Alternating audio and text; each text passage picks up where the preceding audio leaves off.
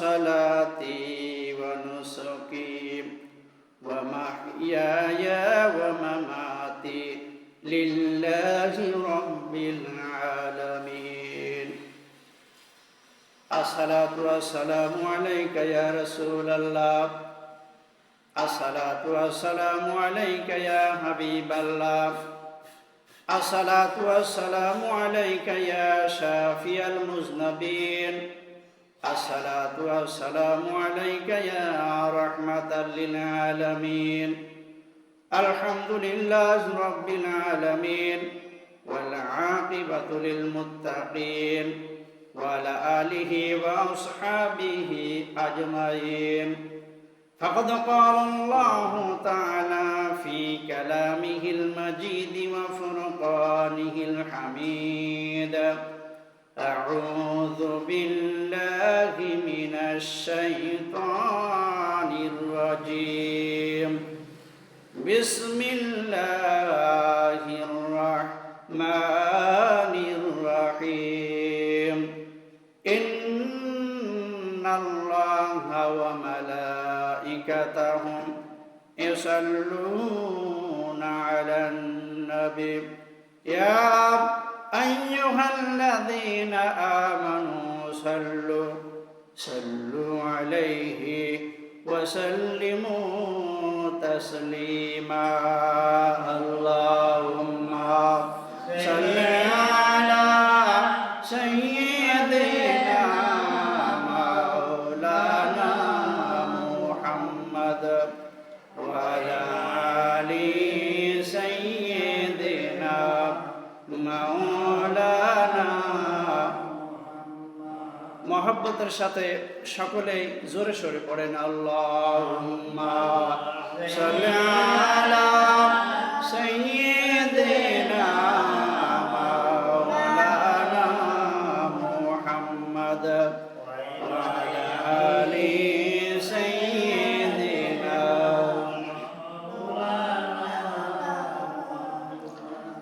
আল্লাহকে ভালোবেসে দিতে পারি এই প্রাণ, রাখব ধরে মোরা রসুলের সম্মান। দাও শক্তি দাও প্রভু, সেই শক্তি দাও। আবু বকর ওমর ওসমান আলীর শক্তি দাও।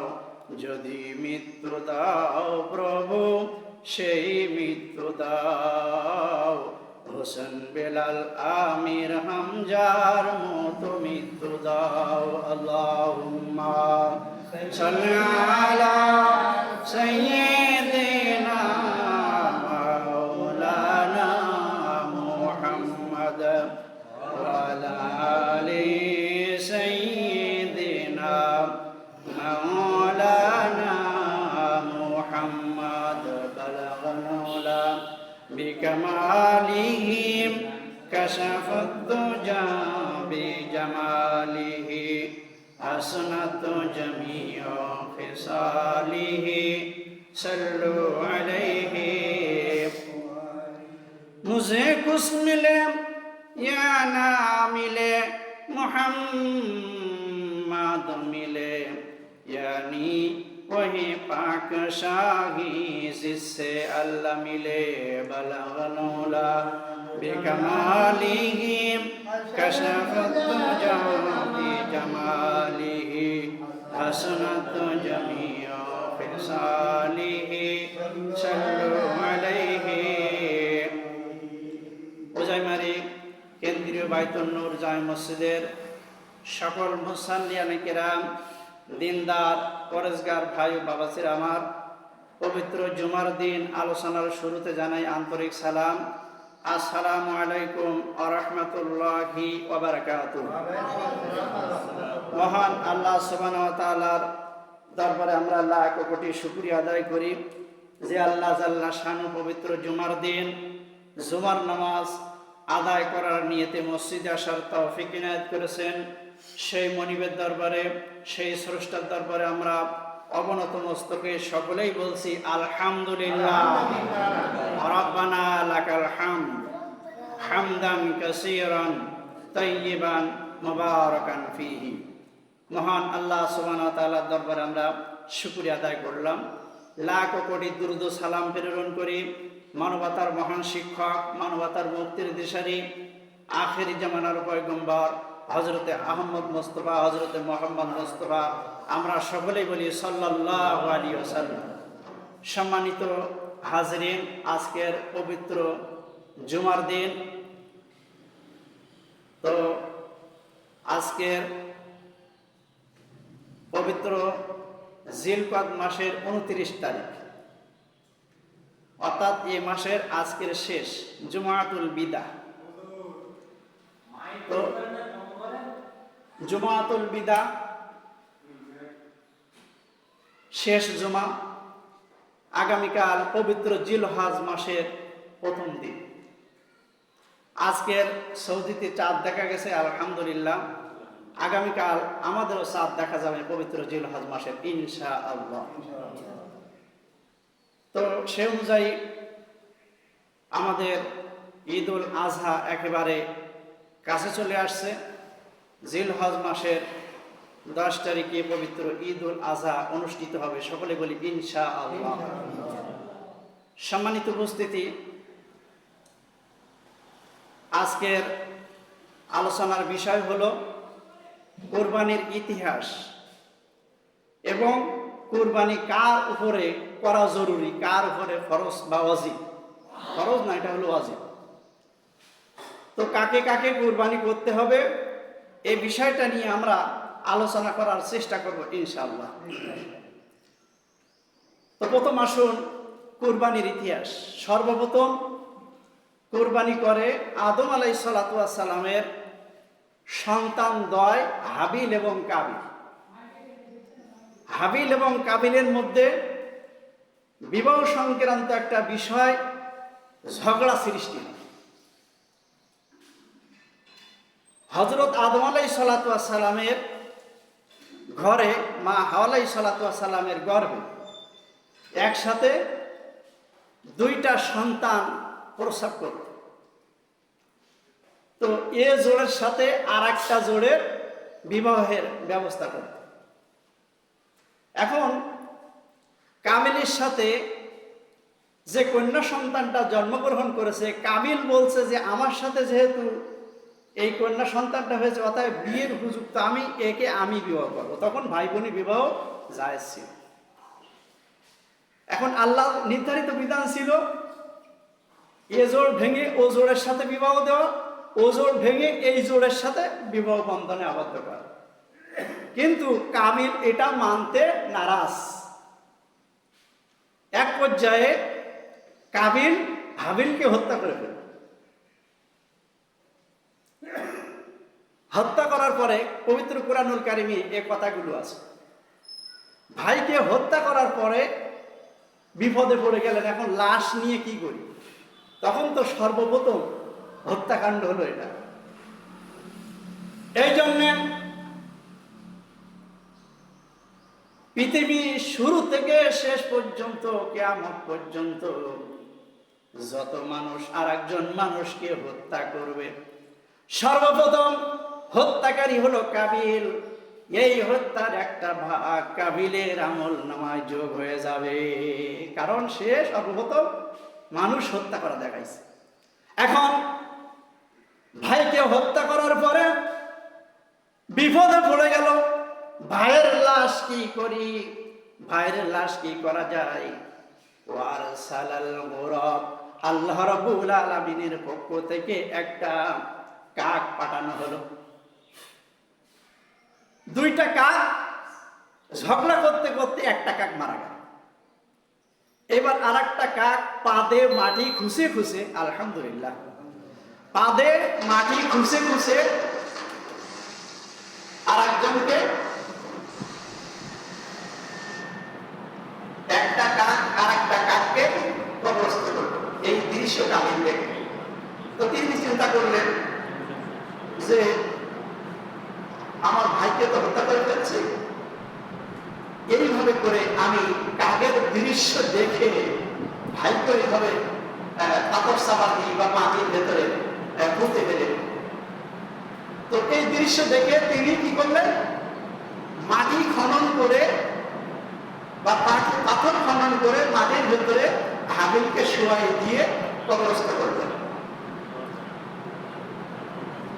তো আল্লাহ রাব্বুল আলামিন আদম আলাইহিস সালামকে নির্দেশ দিলেন যে বিবাহ বন্ধনে আবদ্ধ হওয়ার ব্যাপারে তোমরা দুইজন কুরবানি করো। সর্বপ্রথম এরা পৃথিবীতে কিন্তু কুরবানি শুরু করে। এই কুরবানি আমাদের মতো কুরবানি ছিল না, এই কুরবানির ধরন সম্পূর্ণ ভিন্ন ছিল। কি হবে, কুরবানি করার পরে এই গোশত পাহাড়ের উপরে রেখে, পাহাড়ের উপরে রেখে যার কুরবানি কবুল হবে আসমান থেকে আগুন এসে জোরে করে ছাড়া। এই সৃষ্টি বলে দিলে হাবিলও কুরবানি করলো, গোশত রেখে আসলো পাহাড়ের পর, কাবিলও কুরবানি করলো, গোশত রেখে আসলো পাহাড়ের। আল্লাহ রাব্বুল আলামিন হযরতে হাবিলের কুরবানি কবুল করে নিলেন, আর কাবিলের কুরবানি কবুল হলো না। এখন কুরবানি যখন কবুল হলো না, ভাইয়ের ঘরে রেখে গেলেন, ভাইকে হত্যা করে ফেললেন, দুনিয়া থেকে বিদায় করে দিলেন। তো সর্বপ্রথম এটা ছিল কুরবানির ইতিহাস, ওখান থেকে কুরবানি। সম্মানিত হাজিরিন, কুরবানির ইতিহাস আমরা সকলে জানি। আমাদের জাতির পিতার নাম কি একটু বলা লাগে? জাতির পিতার নাম কি একটু বলেন? আমাদের ভবিষ্যৎ প্রজন্ম জাতির পিতার নাম জানে না। মিল্লাতা আবিকুম ইব্রাহিম হুয়া সাম্মাকুমুল মুসলিমিন। আল্লাহ রাব্বুল আলামিন বলেন, তোমাদের জাতির পিতা হযরত ইব্রাহিম আলাইহিস সালাম তিনি তোমাদের নাম রাখলেন মুসলমান। কার কথা? আল্লাহ। আমি বাচ্চাদের পড়াই, একদিন হঠাৎ করে প্রশ্ন করলাম, আচ্ছা তোমরা বলো তো জাতির পিতাকে? এখন তারা কোনো একটা নাম বলে দিত, কারণ তাদের বই পুস্তকে বিভিন্ন জায়গায় যা আছে তাই তো সে বলল। কিন্তু কোরআন থেকে আমরা আজকে দূরে সরে যাওয়ার কারণে আমাদের বাচ্চারা সব অন্য কিছু শিখছে, যেটা কোরআনের সাথে সাংঘর্ষিক, কোরআনের সাথে সাংঘর্ষিক, যার কারণে কথাটা বলতেই হচ্ছে। আল্লাহ রাব্বুল আলামিন বলে দিলেন, তোমাদের জাতির পিতা ইব্রাহিমকে আমি নির্ধারণ করলাম, আর তোমাদের মুসলিম হিসাবে স্বীকৃতি দিয়ে দিলাম। আল্লাহর কথা, এর মধ্যে কেউ যদি জাতির পিতা দাবি করে তাহলে এটা কেউ মানবে না, এটা কেউ মানবে না। সম্মানিত উপস্থিতি, জাতির পিতা হযরত ইব্রাহিম আলাইহিস সালামকে আল্লাহ রাব্বুল আলামিন পরীক্ষা করেছিলেন যে আমার প্রতি ভালোবাসা বেশি না প্রিয় পুত্র ইসমাঈল আলাইহিস সালামের প্রতি ভালোবাসা বেশি? এই পরীক্ষা আসলে প্রত্যেক যুগে যুগে নবী রাসূলদেরকে আল্লাহ পরীক্ষা করেছে যে আমার উপরে তুমি কেমন ঈমান আনছো, আমাকে কেমন ভালোবাসো, পরীক্ষা দাও, পরীক্ষা দাও।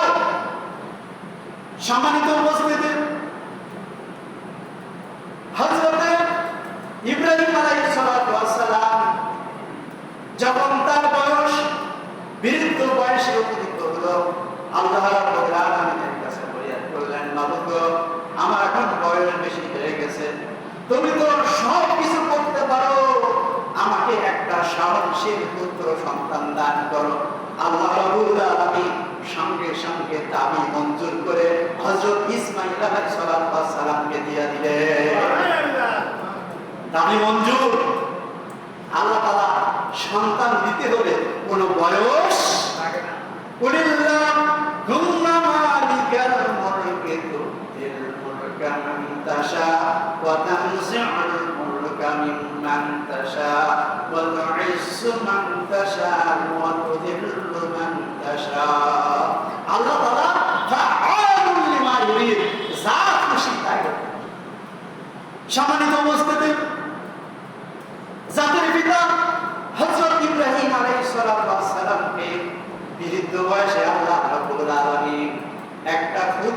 সন্তান দান করলেন, বলেন সুবহানাল্লাহ। যোগ্য পিতা যোগ্য সন্তান। পিতা যেমন পুত্র তেমন হবে। আপনি আপনার ছেলের কাছে আগুন তুলে দিয়েছেন, মোবাইল কিনে দিয়েছেন, এই ছেলে কি আর কথা শোনে? মোবাইল হলো বর্তমান সময়ের জন্য সবচেয়ে একটা অভিশপ্ত বিষয়। এটা যুবকদের হাতে তুলে দেওয়া মানে আগুন তুলে দেওয়া। আপনি আপনার সন্তানের হাতে মোবাইল তুলে দিয়ে হুজুরের কাছে আইছেন দোয়া চাইতে। একজনের মনে সন্তান আদি হয় না, এখন পীর সাহেবের কাছে হুজুরের কাছে আছে, হুজুর একটু দোয়া করে দেন, এরকম বলে আমার কোনো বাচ্চা কাছে হয় না। আচ্ছা ঠিক আছে, দোয়া করে দিলাম। পরে বছর আবার আসছে যে হুজুর কি দোয়া করলেন, কই আমার তো কোনো কি বলেন বাচ্চা হয় না। আচ্ছা ঠিক আছে, যাও আল্লাহ দেবে। পরের বছর এইভাবে 3 বছর যখন গত হলো তখন হুজুর বলছে, আচ্ছা তুমি কি বিবাহ করেছো? বলছে না হুজুর, সেটা তো করিনি। তো তুমি বিবাহ করনি, সন্তান দাবি করো কিভাবে? তো আপনার সন্তান ভালো হবে তো আপনাকেই দেখে। আপনার সন্তানের হাতে কিভাবে মোবাইল তুলে দেয়া, আর হুজুরের কাছে আইছেন দোয়া চাইতে। কেন? মোবাইলটা কেনার আগে হুজুরের কাছে একটু জায়গাটা যায়নি, হুজুর আমার ছেলে তো মোবাইল চাচ্ছে, কি করবো? তাহলে তো একটা বিষয় ছিল। সম্মানিত উপস্থিতি, ছেলে কিভাবে ভালো হবে? বাপের চরিত্রের পর, মায়ের চরিত্রের পর এই সন্তানের চরিত্র নির্ভর করে। এখানের একজন মা আমার কাছে অভিযোগ করছে, হুজুর গো আমার সন্তান এই যে সন্ধ্যা বেলায় টিভি দেখে, মেহেরবানি করে সন্ধ্যা বেলায় টিভিটা একটু বন্ধ করে দেন। আপনার কাছে তো পড়তে যায়, কুরআনুল কারীম আপনার কাছে পড়তে যায়, আপনি যদি একটু গুছায় সোজায় দিতে পারেন তাহলে আমার সন্তানটা হয়তো আর টিভি দেখবে না। কত সুন্দর কথা। সম্মানিত উপস্থিতি, মা সিরিয়াল নিয়ে ব্যস্ত, আর সন্তানকে শাসন করার জন্য হুজুরের কাছে দিচ্ছে। হুজুরকে চেয়ারম্যান মেম্বার তোমার বিচার করে দেবে। আগে তুমি ভালো হও, সিরিয়াল বন্ধ করো, তোমার সন্তান অটোমেটিক তোমার দেখে দেখে তাহাজ্জুদ নামাজ পড়বে। বলেন সুবহানাল্লাহ। আপনি যদি রাত জেগে জেগে তাহাজ্জুদ নামাজ আদায় করেন, আপনার সন্তান যখন বড় হবে আপনার এই দৃশ্য দেখবে, দৃশ্য দেখে একদিন তার বুঝ ফিরে যাবে, আমি নামাজ পড়ি নাই, আমার আব্বাজি আজানের 1 ঘন্টা 1.5 ঘন্টা আগে নামাজের পাটিতে দাঁড়ায় আমার জন্য দোয়া করেছে, কত মানুষের জন্য দোয়া করেছে, আমিও তো সেইটা করব। তা না দেখে আপনি সিরিয়াল নিয়ে ব্যস্ত, আর আপনার সন্তান ভালো হওয়ার জন্য হুজুরের কাছে আইছেন পানি পড়া নিতে। হুজুরও সেরকম পানি পড়াতেছে। আপনি আগে ভালো হন। একজন টিচার তার শিক্ষকদের উপদেশ দিচ্ছে যে এই শোনো, তোমরা ভালো হয়ে যাও, ভালো করে পড়ালেখা করো, খবরদার তোমরা বিড়ি সিগারেট খাবে না, মিথ্যা কথা বলবে না। এরকম ধরনের শিক্ষক যেভাবে হুজুরের কাছে এই বিষয়ে ছাত্র বলে উঠছে, স্যার আগে একটু বিড়ি সিগারেট খাইতাম, এখন আর তখন খাই। বলে কি তুমি বিড়ি সিগারেট খাও? বলে না স্যার, ব্যাপার হয়েছে কি, আপনি অত উত্তেজিত হবেন না, আমার আব্বা বলে কি এই বিড়িটা একটু ধরাই নেয়, ওই ধরানোর সময় 2-1 টান দেয়, ধরানোর সময় 2-1 টান দেয়, তবে এখন আর আব্বা এখন আবার আর বিড়ি ধরাই আনতে পারে। আপনি সন্তানকে বলছেন সিগারেট ধরাই না, বিড়ি ধরাই নিয়ে, আর হুজুরের কাছে আসছেন পানি পড়া নিতে।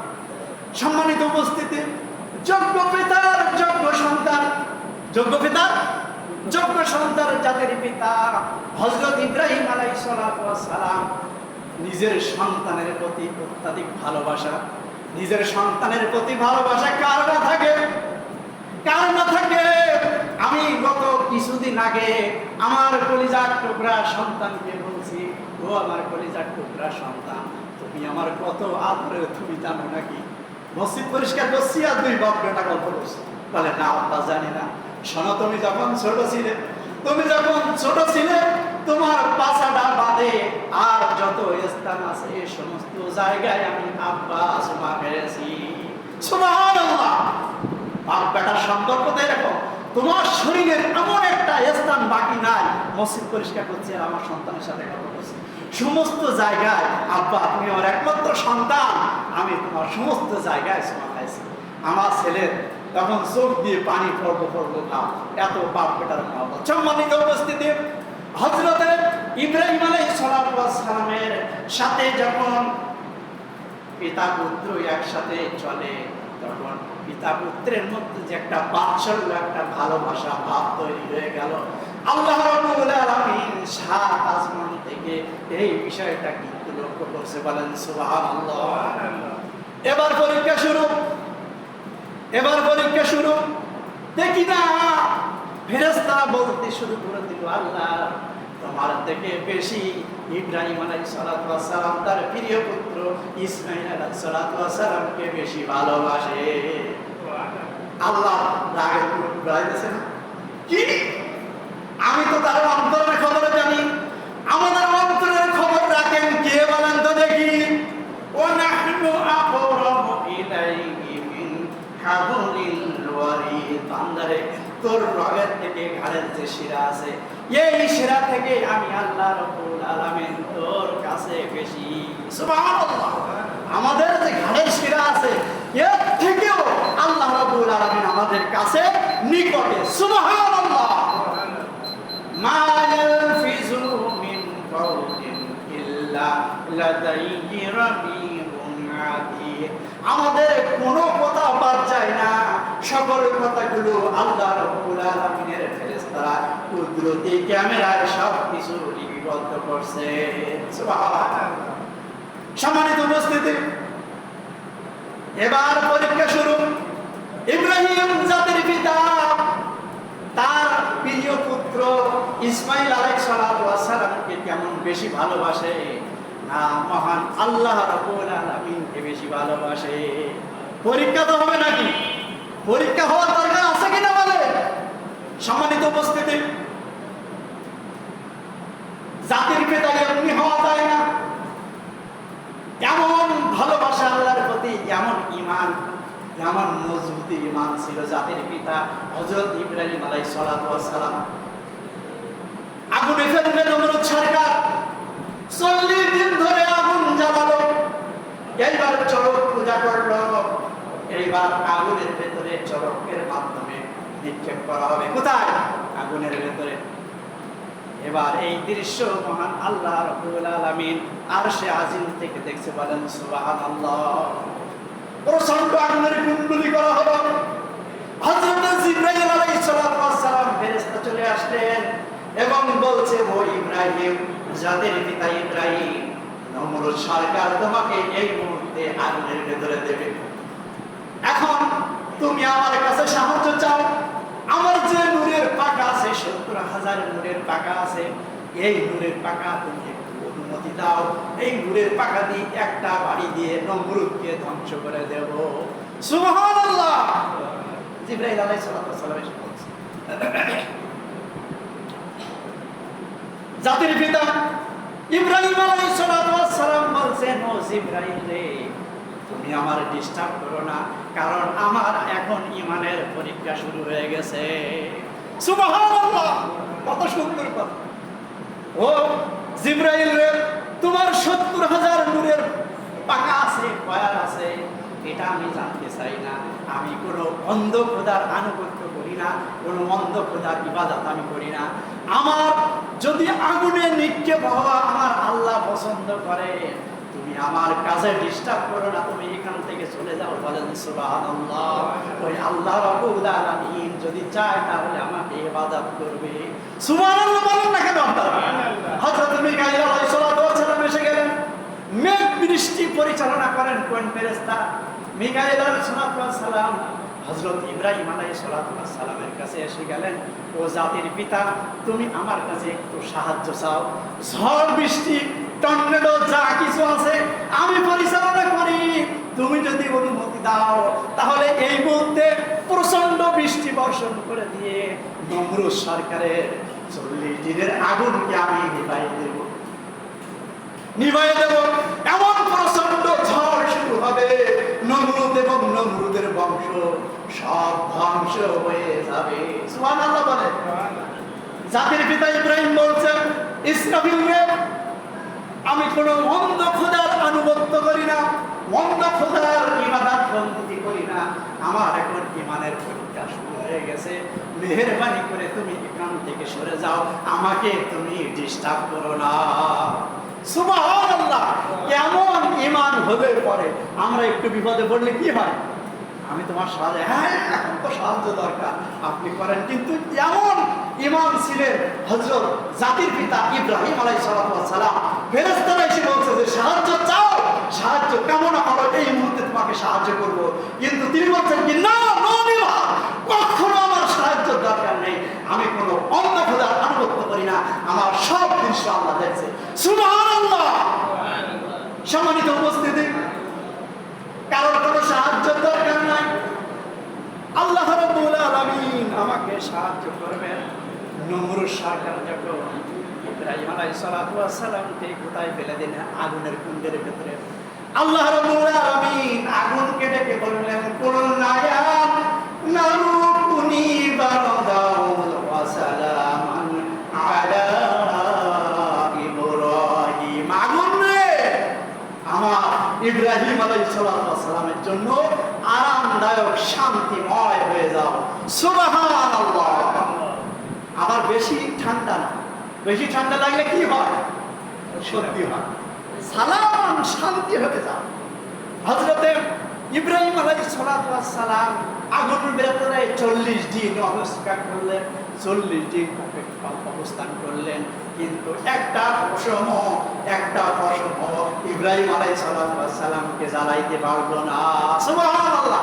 ভবিষ্যতে যখন নাতিপুতিরা প্রশ্ন করে, ও জাতির পিতা, ও ইব্রাহিম আলাইহিস সালাম, আপনি যে 40 দিন ইব্রাহিম আলাইহিস সালামের অগ্নিকুণ্ডের ভেতরে ছিলেন, তখন এটা কি অবস্থা ছিলেন একটু বর্ণনা দেন। হযরতে জাতির পিতা ইব্রাহিম আলাইহিস সালাম বলেন, আমার জীবনের সবচেয়ে আনন্দময় সময় গেছে আমি যখন নমরুদের আগুনের মধ্যে ছিলাম, আমার জীবনের সবচেয়ে শান্তিময় সময়। সুবহানাল্লাহ। আগুনের ভেতরে আল্লাহ রাব্বুল আলামিন জান্নাতের ফুল বাগিচা বিছায় দিয়েছিলেন। সুবহানাল্লাহ।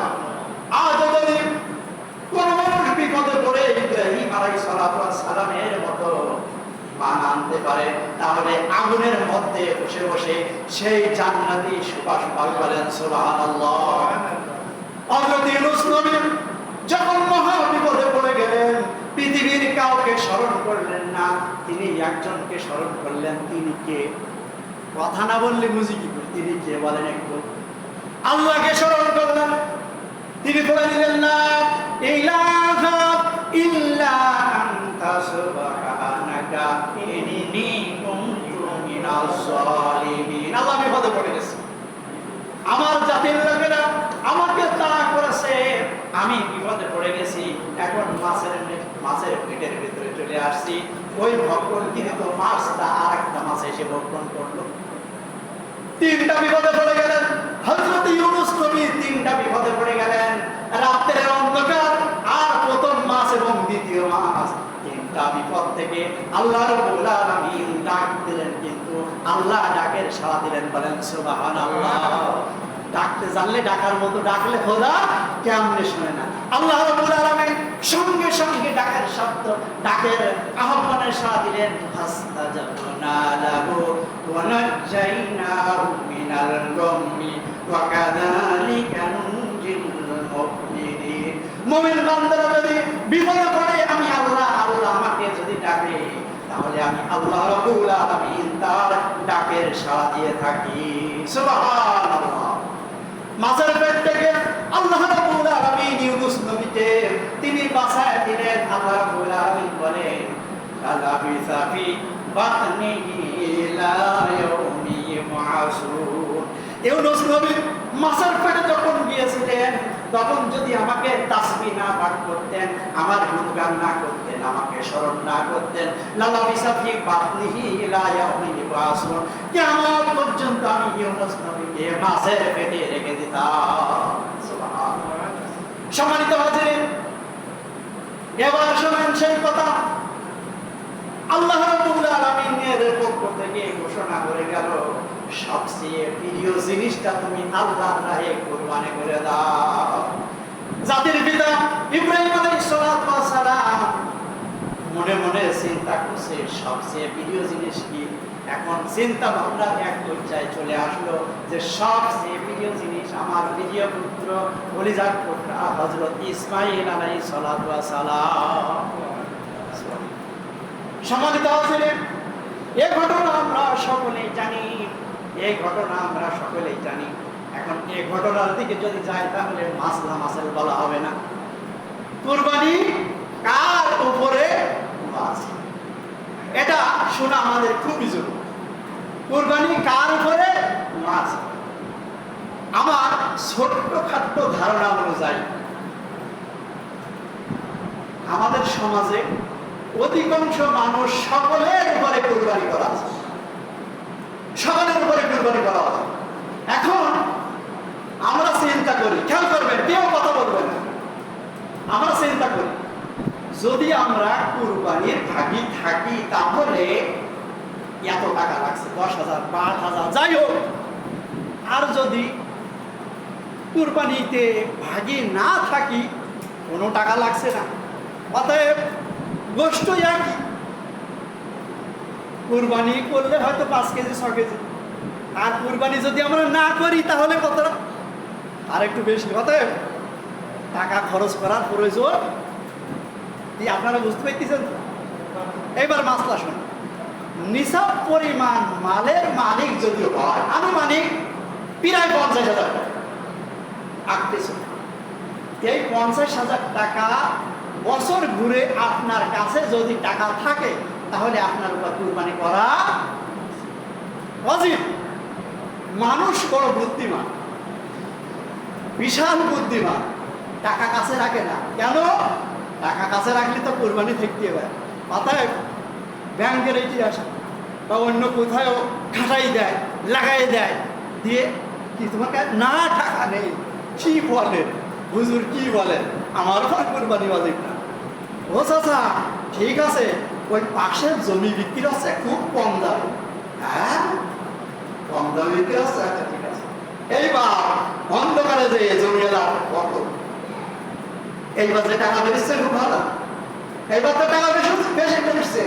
সম্মানিত উপস্থিতি, আমরা যদি হিসাব করে দেখি একটা কুরবানি থাকতে গেলে বেশি টাকা লাগে না। একটা ছাগলের দাম সর্বনিম্ন 6-7 হাজার টাকায় পাওয়া যায়।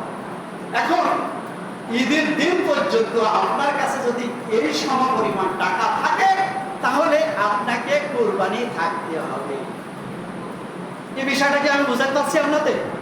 অর্থাৎ আমাদের সমাজের অধিকাংশ মানুষের উপর কুরবানি করা ওয়াজিব, কিন্তু আমাদের স্বভাব খারাপ হয়ে গেছে, স্বভাব অতিরিক্ত খারাপ হয়ে গেছে, যার কারণে আমরা এই কুরবানি থাকি না।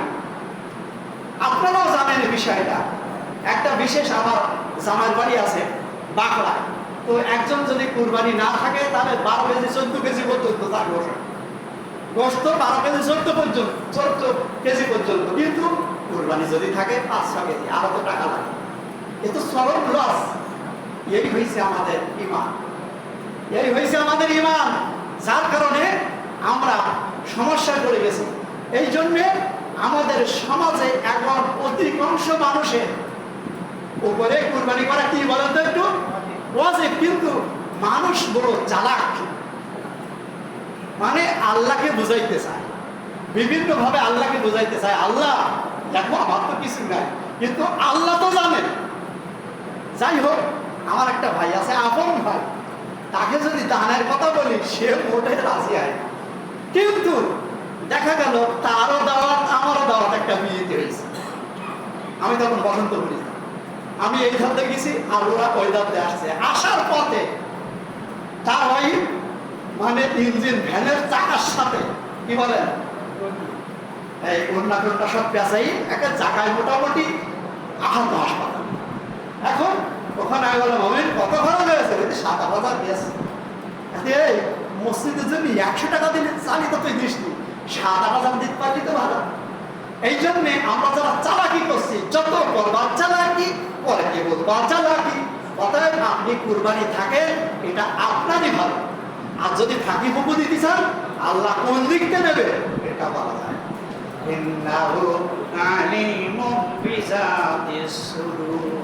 অন্তরের খবর একজন রাখে, তিনি কে? অতএব আপনি বুকে হাত দিয়ে দেখেন, 5-6 হাজার টাকা আপনার নাই, আপনি পুরুষ মানুষ, 5-6 হাজার টাকা দিয়ে একটা বকরি একটা ছাগল আপনি কুরবানি দিতে পারছেন না, আপনি কি নাম পুরুষ? এই আগেও তো কুরবানি দেওয়া যায়। কি বিষয়টা আমি বোঝাতে পারলাম কিনা আপনাদের, যে আমি কেমন পুরুষ? একটা বছর পরে ঈদুল আজহা আমাদের সামনে আসলো, 5-6 হাজার টাকা খরচ করে কুরবানি করতে পারলাম না, যে কেমন পুরুষ আমি? এই জন্যে আমি আপনাদের কাছে অনুরোধ করব, আপনারা একটু বিবেককে খাটান, কাজে লাগান। আমার উপর কুরবানি ওয়াজিব। আয়নার সামনে যে দাঁড়ান, যে আমি যে ধান্দা করে বসে আছি, লিল্লার গোশত খাবো, লিল্লার গোশত মানে কি? আল্লাহর গোশত। অতএব আপনার আল্লাহর গোশত ভালো, আমি কুরবানি করলে কবুল হয় কিনা তা ঠিক নেই। এখন লিল্লার গোশত, আল্লাহর গোশত খাই, বরকতের গোশত। একজন বলছে, হুজুর আপনি কুরবানির ওয়াজ যা করলেন, ফজিলত যা বললেন, এখন আমি পেয়ে গেছি মাসলা। কি পেয়ে গেছাও? বলে গরু চুরি করিয়ে নিয়ে জমি কর। এখন আপনি যে মাসলা দিলেন, এত সোয়াব অত সোয়াব, পশুর পশমে পশমে সোয়াব, এখন চুরি যখন করিস তো গুনাহ একটু হবে, কিন্তু আপনি যে ওয়াজ করেছেন যে চুরির থেকে ফজিলত বেশি, অতএব চুরি করিয়ে নি জমি করে দেন। গুনাহ আর সোয়াব কাটাকাটি, মধ্যিখানে দোষ খাওয়া খাওয়া বলে নাউজুবিল্লাহ, এগুলো হচ্ছে ফাঁকিবাজি কথা। অতএব আমি আপনাদেরকে অনুরোধ করব, এখনো অনেক দিন সময় আছে। আজকে কেবল 29 তারিখ, কালকে 30 তারিখ, এখনো 10 দিন সময় আমাদের হাতে আছে। সময় থাকতে থাকতে আমি আপনাদের বলছি, একটু বুকে হাত দিয়ে দেখেন, প্রত্যেকের উপর কুরবানি করা কিন্তু আছে। হিসাব করে দেখেন, প্রত্যেকের উপরে কুরবানি করা উচিত।